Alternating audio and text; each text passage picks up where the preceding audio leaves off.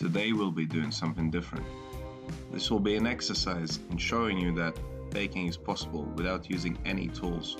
I realize that people may feel discouraged when it comes to baking and using specific equipment. So let's imagine you have absolutely nothing at home, just your hands, a table and an oven.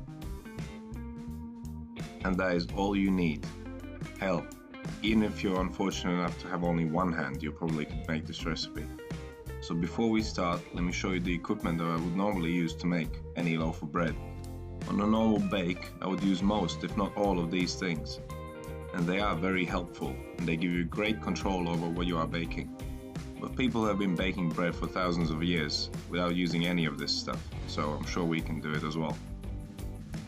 It's nice to have these things, but if you don't, you can still make great bread. It may not be the best bread, but you still get good results. We're not using any equipment, but we do need some ingredients. So we'll start with some strong white bread flour, some yeast, some salt, and some water at room temperature. Normally I would be using scales to weigh all these ingredients, but not everyone has scales at home, so we'll just eyeball it today. And that's totally fine. I'm here to encourage you to start baking. So let's make it. Right, again, no equipment, so we won't even be using a bowl. I know this bag of flour is 1.5 kilos, it says that on the bag, so I'll just weigh out a third of it, which will be around 500 grams. And then using your hand, make a little well into the middle of the pile of flour. We will be pouring our water into the middle of it. Be sure to make the sides quite high, you don't want the water spilling over. Now start adding your water. You only want a little bit to begin with.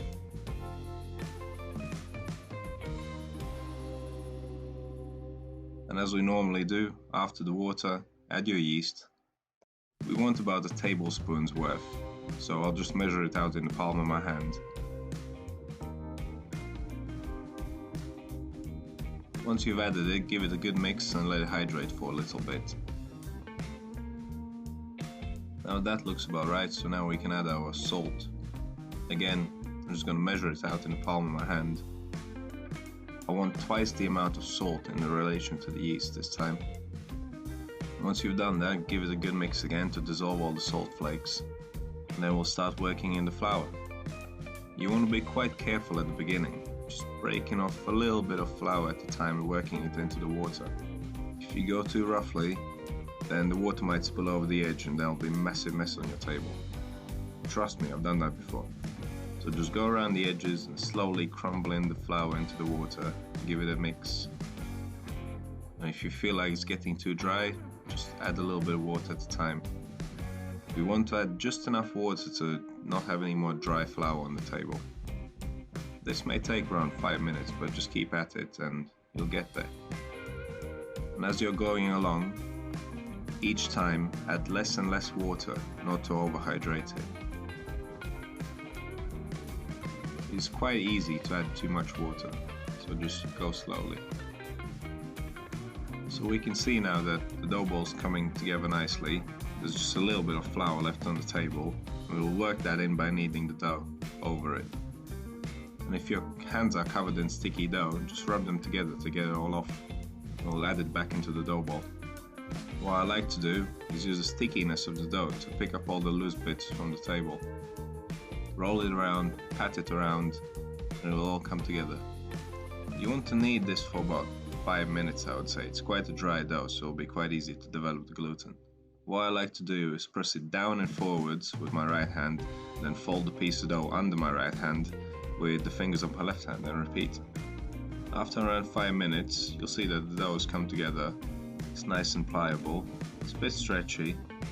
Obviously it's not perfect because I don't know how much flour, how much water and how much yeast I added, but we'll just go with this.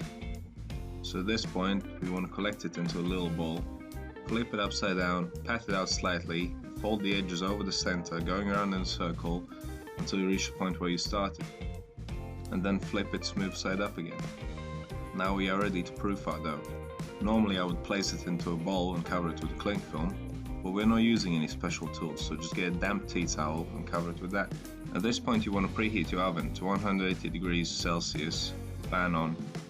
You want to preheat your oven for quite a long time because we need it quite hot as we're going to bake the bread on the bottom of the oven, not on a tray, again using no tools. So 1 hour later, the bread has risen nicely and we can pre-shape it. Now, as we are making only one loaf of bread from this recipe, and because it's quite dry, you can actually skip this step. But I do like to pre-shape my bread because that gives it extra strength and it will stand up better when it's baking. So to do the pre-shape, pat the bread out lightly with your fingertips and then fold in the edges over the center, going around in a circle until you reach the point where you started. Then flip it back smooth side up, roll it around on the table, and that's it. Now we can once again cover it up with our damp tea towel and leave it to proof for one last time for 30 minutes. Always make sure your towel is wet, otherwise your bread will get a dry crust. So that's it, we are ready to shape it. Dust your work surface and your dough lightly with flour so it doesn't stick. Then loosen the bread off the table. Now you don't want to use too much flour, you just want a light dusting, so instead of sprinkling the flour, throw it. This will give you a nice even coating. So normally at this point before baking, what I would do is use a razor blade or a sharp knife to score the bread so it opens up where I want it to open up. If you don't score your bread, it will explode at its weakest point, normally at the seams at the bottom. While that doesn't impact flavor, it will look quite ugly though. And since we're not using any tools, we'll do the scoring by hand. So just to prevent the bread from exploding and give it a nice pattern, you can just use your hands. So press the sides of your hands into the dough, right down to the tabletop. You want to create a nice skinny seam at the bottom.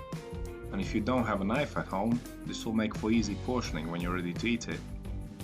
So that looks about right. You can just push it together, form it into a nice circle, and we're ready to bake. So at this point I would normally place my bread on a preheated thick bottom tray or cast iron skillet, but we are not using any of those today, so just place it right on the bottom of your oven. Just make sure it's clean. Because the bottom of the oven might not get that hot, you might want to turn your dough upside down for 5 more minutes just to finish off the bottom crust. And that's it, our bread is ready. And we didn't use any tools, just our hands and an oven.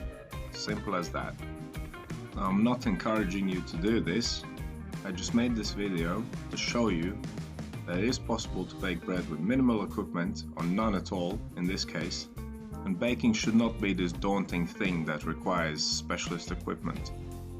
Your hands are the most important part in this. And as always, if you want to learn more about baking, subscribe, because I'll be posting videos every Wednesday.